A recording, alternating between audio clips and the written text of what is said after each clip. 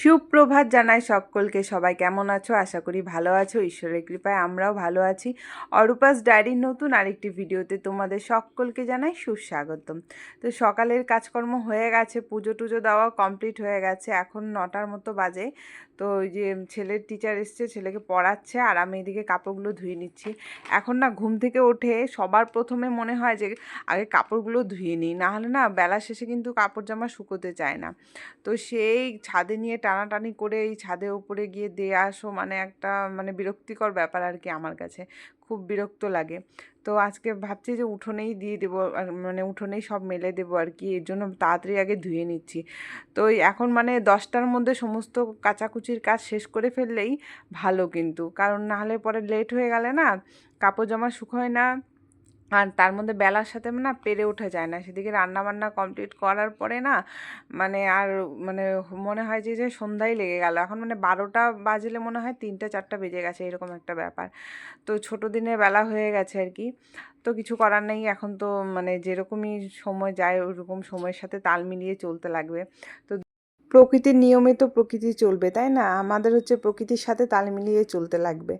তো যাই হোক, এদিকে হচ্ছে মোটামুটি এই সকালবেলা ওর বাবা খেয়ে জিমে গেছে আর কি, আর ছেলেকে তো খাইয়ে দিয়েছে। আমার এখনও খাওয়া হয়নি। আমি এই তো এগুলো কমপ্লিট করে তারপরে খাবো আর কি। তো একটা সাধারণ বাড়ির বউয়ের আর কি কাজ থাকতে পারে, যেরকম কাজ থাকে আমি সেরকমই তোমাদের সাথে শেয়ার করি। যেগুলো আমি সত্যিকারে আমার যাবতীয় যে জীবনের কাজকর্ম সেগুলোই তোমাদের সাথে শেয়ার করি। আর নতুন করে কোনো কিছু আর্টিফিশিয়াল কিন্তু একদমই ভালো লাগে না। যেটা ন্যাচারাল সেটাই কিন্তু ভালো লাগে, তাই না? তো এই যে 2 বালতি জল এখানে নিয়ে যাচ্ছি, বাথরুমে রেখে দেবো। বাথরুমে একটা বড় বালতি আছে, তোমরা জানোই, তো আগে বলেছিলাম একটা ভিডিওতে। ওখানে আমি জল স্টোর করে রাখি আর কি।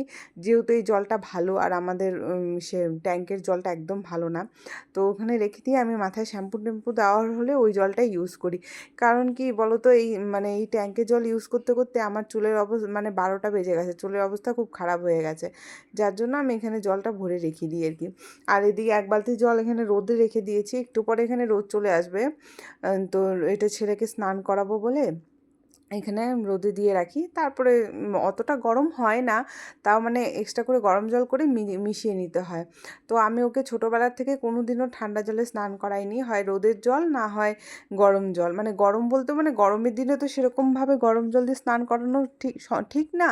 তো এই গরমের দিনে একটু রোদের জল হালকা একটু জাস্ট ঠান্ডাটা কাটিয়ে দেওয়ার জন্য আর কি ওরকম জল দিয়ে স্নান করাই। আর এদিকে আজকে দেখো কি রান্না করব। আজকে হচ্ছে রাজমা রান্না করব। আমার ছেলের রাজমা খুব প্রিয়, খুবই পছন্দ করে ও রাজমা, নার্স জাতীয় যে কোনো জিনিস ওর খুব পছন্দের। তো রাজমা রান্না করব, কালকে ভিজিয়েছিলাম, তারপরে মনে পড়লো আজকে তো শনিবার। তো আজকে তো মনে করো যে পেঁয়াজ রসুন দিয়ে মাছ রান্না করা যাবে না রাজমাটা। তো ভাবলাম যে দেখি আজকে একটু নিরামিষভাবেই ট্রাই করে দেখবো যে ভালো লাগে কি না। তো এইখানে ভালো করে ধুয়ে নিচ্ছি, আর ওদিকে চা বসিয়েছি। আজকে টিচারকে বললাম, টিচার আজকে চা খাবে না। তো বসিয়েছি আমার জন্যই আর কি, আমি খাবো। চাটা না এখন একটা নেশার মতো হয়ে গেছে, চাটা না খেলে হয় না। তো আমি আস্তে আস্তে কাটানোর চেষ্টা করি, তারপরেও কেন জানি না কাটিয়ে উঠতে পারি না আর কি। আর এদিকে আমার রান্নাঘরটার কথা আজকে তোমাদের বলবো। এই যে তোমরা দেখতে পাচ্ছ ওয়ালে, সেগুলো কিন্তু কোনো নোংরা নয়। ওখানে না যে কালারগুলো এগুলো যখন আমি তেল চিটে পরে আমি এগুলো মুছতে মুছতে কালারগুলো উঠে গেছে দেখে এরকম বাজে দেখাচ্ছে ক্যামেরাতে। তো ফোনের ক্যামেরাতে আরও বেশি খারাপ লাগছে, সামনের থেকে এতটা খারাপ লাগে না, কিন্তু ক্যামেরাতে আরও বেশি খারাপ লাগছে। এই যে দেখো রাজমাটা রঙগুলো চটে গেছে বলে এরকম লাগছে। তোমরা আবার ভেবো না যে আমি হাইজিন মেনটেন করি না, এটা একদমই ভেবো না। আর রান্নাঘর আমার একটা বাথরুমও এর থেকে বড় হয়। একটা মানুষ ঢুকলে আর দুটো মানুষ দাঁড়ানোর জায়গা নেই এখানে। তো এইভাবে রান্না করতে হয়, কি করব, কিচ্ছু করার নেই। সমস্ত কিছু হচ্ছে সময়ের ব্যাপার।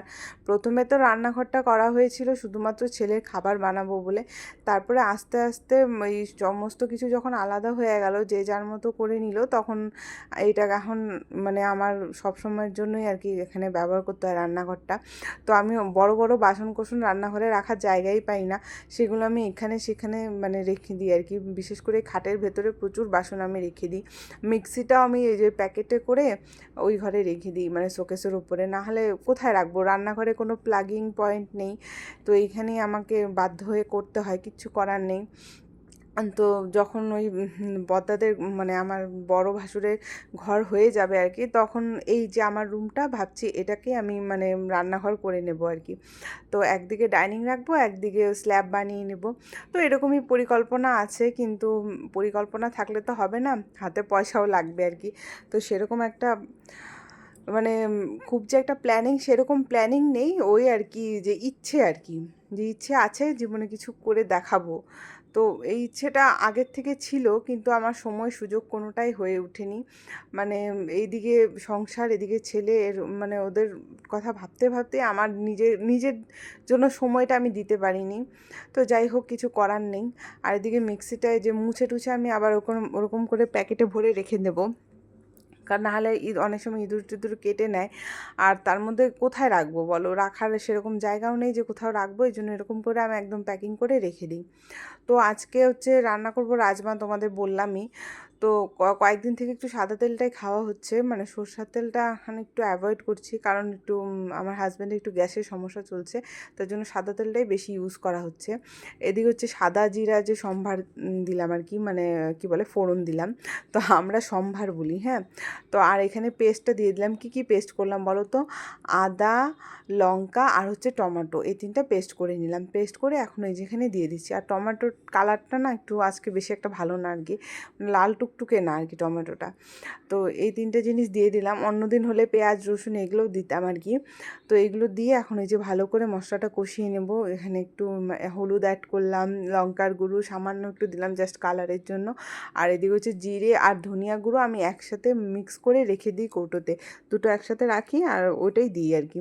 আর নুন অল্প করে দিচ্ছি, কারণ রাজমাটা যখন বয়েল করলাম তখন তো নুন দিয়েছি অলরেডি, তো বেশি নুন দিলে আবার নুনটা বেশি হয়ে যাবে।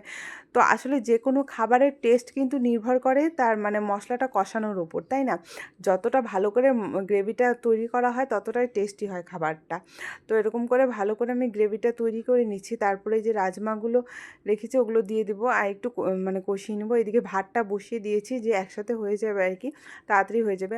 আর আজকে যেহেতু শনিবার, তো আমার একটা সিঙ্গেল ক্লাস আছে বিকেলবেলা, তো তার আগে মনে করো যে রান্না বান্না করে সমস্ত, যে ছেলেকে স্নান টান করাবো, ওকে খাওয়াবো, তারপরে ওকে একটু ওই হোমওয়ার্কগুলো দেখবো একটু, মানে বাচ্চা তো এখন ওকে নিয়ে একটু বসতে লাগে, না হলে না মানে একদিন চর্চা না থাকলে না পরের দিন না কেমন ভুলে ভুলে যাচ্ছে আর কি আজকাল।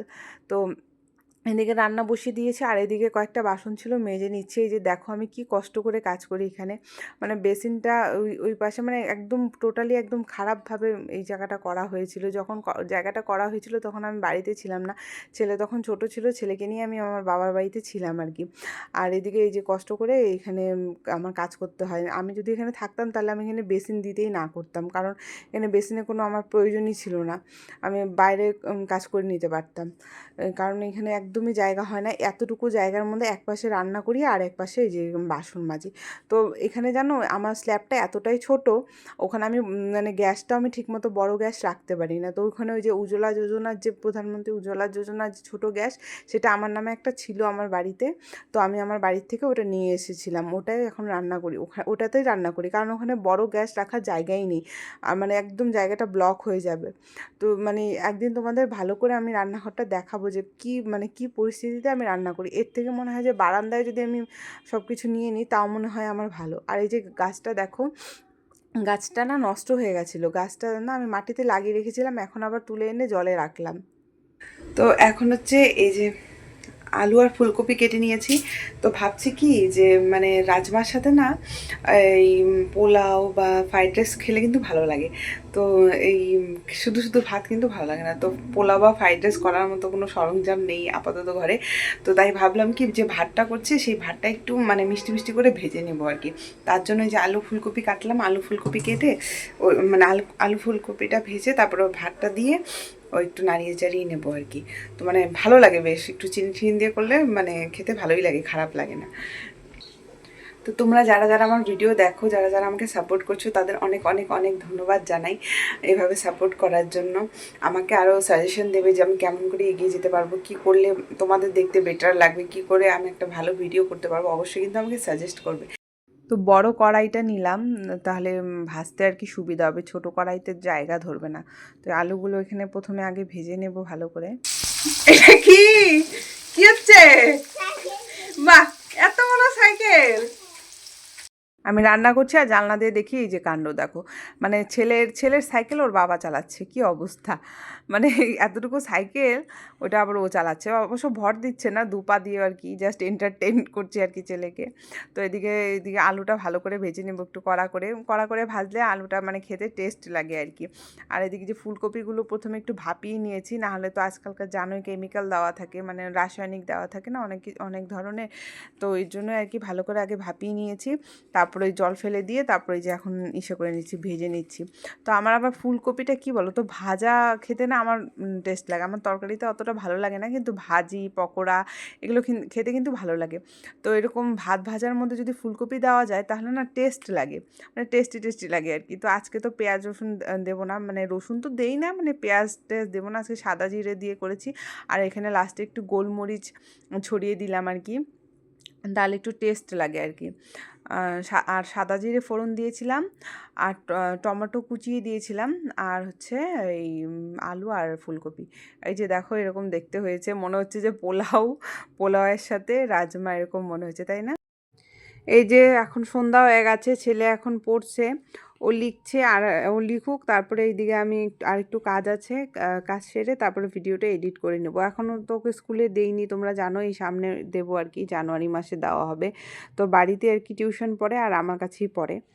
এগুলো আজকে ওর ম্যাডাম হোমওয়ার্ক দিয়েছে, ওই হোমওয়ার্কগুলোই করছে। এই যে ম্যাটটা দেখতে পাচ্ছ, এই ম্যাটটা কিন্তু তৈরি করতে আমার মোটামুটি 1.5 মাসের মতো সময় লেগেছিল। তো তোমাদের কালকে ভিডিওতেও আমি জানিয়েছিলাম।